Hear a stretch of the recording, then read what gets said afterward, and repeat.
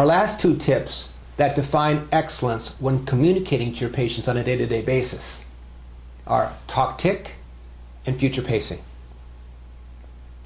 Doctors who do not educate their patients on a day-to-day basis have more difficulty with patients following through with care because, again, the patients don't understand the why behind the what. And if you're talking about social activities or sporting events or the weather to patients because you've developed that habit as part of your day-to-day office visit, then you're not finding the time to be able to educate them on chiropractic or health through natural healing. And that's what talk, tick, and future pacing is all about. A friend of mine shared with me a few years ago that at one point in his career, at about the 10th, 11th, 12th year of his career, he said to me he was bored with practice. And he went to practice on a day-to-day basis feeling complacency. It was just a matter of pounding down the high spots and adjusting every patient the same old way each and every time. He said, I lost my passion for what we did. I was just existing, actually thinking about doing something else. And then I was having a conversation with a number of other doctors who were inspired by this profession and grateful for the opportunity that they had to be able to serve patients each and every day. And as we were having this conversation, I realized that what I was doing was I developed the habit of just talking about any old thing, any old time with any old patient. And that made it routine to the point of boredom. He said, and I still to this day remember the time, the moment that I made a decision that in the future I was going to talk to 100% of my patients, 100% of the time, about chiropractic and or health through natural healing. And I was going to do it in 30 seconds to a minute each and every time. And as soon as I made that decision, I was reconnected to my divine design. I found my passion, my purpose once again, and my practice took on a whole new level of success. And so did the health of patients in that community. And so what we're asking you to do is on each and every visit, make sure that you spend time, less than a minute, 30 seconds to a minute, educating your patients about chiropractic and health through natural healing. And we have a variety of tics that you can share with your patient. Tics like, you're always better off with the bone in place than out. That is a tic that I used for years, thanks to Reggie Gold, bless his soul, who had passed away a number of months ago. And when I share this particular tic to all chiropractors, a very small percentage will cringe when I say you're always better off with the bone in place than out, because they'll tell me that the subluxation is not about bone in or bone out. They make it about the most accurate scientific definition of the pathodynamics of the subluxation, and I understand the pathophysiology of the subluxation. But I've never been more interested in my need to pacify my knowledge as I've been interested in connecting with patients and helping them understand why we're doing what we're doing. Even to the point of a problem with total accuracy. Patients get the statement, you're always better off with the bone in place than out. And even if it's just the first step to helping them understand more the pathodynamics or the pathophysiology of the subluxation process, I'll start simple. Da Vinci said that simplicity is the ultimate form of sophistication. I'll start simple all the time with my patients. And they'll ask me questions. They'll ask questions like, Doc, when is this pain going to go away? When am I going to start feeling better? And when the patient asks you questions that you don't know, you make sure, while you recognize the fact that you don't know them, that because nobody can know it, you take them back to what you do know for sure. So if a patient says, Doc, I was feeling so much better, and now I'm hurting again, when am I going to stay feeling better? Your response might be something like, I'm sorry to hear about the pain returning, but just so you know, that's a natural part of the healing process. That people don't heal in direct line of just getting well. They have ups and downs on the entire time you're on the incline of healing.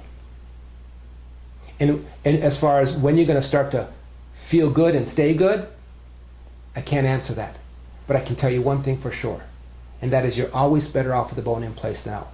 And when I analyze your spine, I can tell when the bones are in versus when they're out. And when they consistently start staying in position, more in their proper position and moving, you're going to stay well. Give it time. It takes time. So tics, like you're always better off with the bone in place than out, or pain is a very poor yardstick to measure health, is another one. I said in an earlier video that you never let pain lead you, pain only guides you. That your hands and your eyes and your knowledge, your education, that leads you in the description of pain the patient relates to you, or their feeling of pain, that facilitates what your eyes and your hands and your education tells you. I can give you a perfect example. How many times does a patient have cancer, but yet they have no pain? What is the percentage of patients who have no objective signs of a problem with their heart, but yet their first heart attack, they fall over dead? In fact, 75% of people who suffer their first heart attack, their first sign that there's a problem is they're dead. It happens so fast. You cannot trust pain. Pain should only guide you. It should not lead you. And so if a pain says, Doc, I was feeling really, really good, and I don't think I'm going to have to come into it anymore because I'm feeling so good. I'm like, well, that's great. I'm glad to hear that. But just so you know, as you're lying there, I can still feel this knot. In fact, when I slide my hands over, you can feel it too. This area of your spine is not moving well. If I compare it to this side, moving well, this side's stuck. The muscles are twice as tight on this side as compared to this side. And when I look at the joints down here, the motion is better, but if I push here, you can still feel that pain. And as I slide down your left outside thigh, you can feel tenderness. The good news is you don't feel pain on a day-to-day basis. You're much better. The bad news is there's still a problem that needs to be fixed. You tell me you feel better? My thought is pain is a very poor yardstick to measure health. What I use to measure your health is how well the bones line up and how well they're moving. And until they're moving well, I'm going to encourage you to follow through with your care. And in a minute or less, you explain to your patient what it is you're doing and why you're doing it. Another tick is if you want to get results, you need to follow a plan. I don't care what we're talking about in life, that is a true statement. In referencing to health through natural healing and chiropractic, if your patients want to get results, they need to follow a plan. The idea is for you and your team, through synchronization and chronicity, through similar thoughts where everybody is in sync on the lesson they're teaching the patient in that particular visit or through that particular week, all of your patients, and understanding the importance of timing. Some tics are more important to teach to patients at different parts of their treatment program. Through synchronicity and chronicity, if your team is aligned with you and your thinking, you'll be able to educate the patient so that they get it and understand. And there's other tics. One of my favorite is to have a patient, as they're improving, is to grab a quarter out of my pocket, ask them for their hand. They give me their hand, and I place the quarter on top of their hand, and I said, now hold this, balance this quarter on your hand. Hold it there. Is that heavy? No, it's not heavy. The reason I put a quarter on your hand is for a lesson. Scientists know that the weight of a quarter that you can feel on your hand is all the pressure that needs to be on a nerve in order for that nerve to lose 40 to 60% of its nerve impulse or information to your body parts. In this case, your lower back, the nerve. So if there's this amount of pressure on the nerve that travels from your spine to your lower back muscles, are your lower back muscles strong or weak? Weak. Do you feel good or do you feel pain?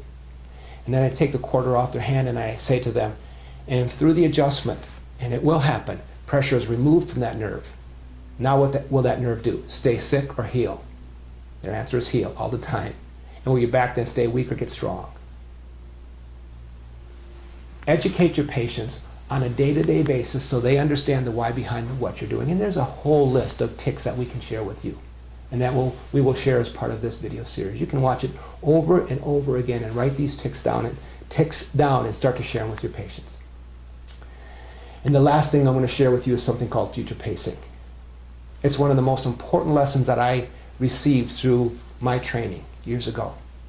Future pacing has an interesting definition.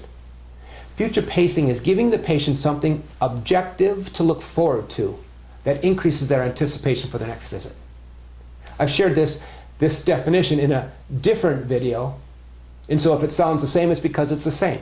Future pacing is giving the patient something objective to look forward to that increases their anticipation for their next visit.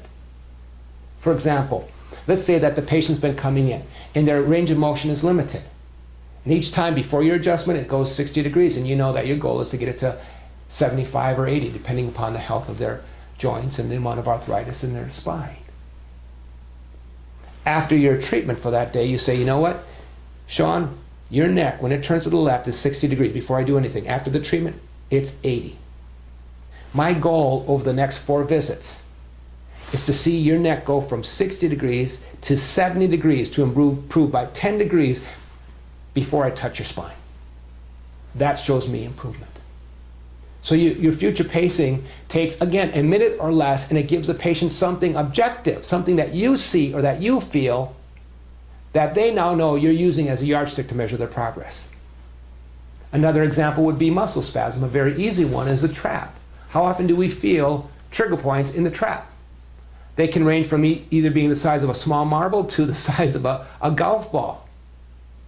And let's say on your patient, you feel a size of a golf ball trigger point. That's a great thing to use for future pacing. As you say to Annie, your patient, say, Annie, so just so you know, as you lie there, when I rub my hand over the top of your trap, you can feel this pain right here. And I can feel the knot in that muscle. It's about the size of a golf ball. After I treat you, after I've been treating you the last couple of visits, that always shrinks down to the size of a small marble. My goal over the next 3 or 4 visits is, through the care that we provide and through the healing that occurs in your body, is we see that golf ball shrink down to the size of a small marble. When you share future pacing with your patient, it gives them something to look forward to that you can feel. It makes them develop more trust in your hands.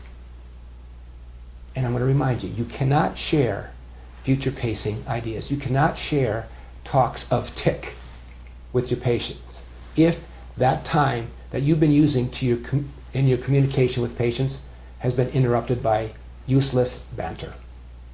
So please, as tip number 9 and 10 of our Table Talk video series concludes, understand the importance and value of talk tick and future pacing, and use it much more often with your patients.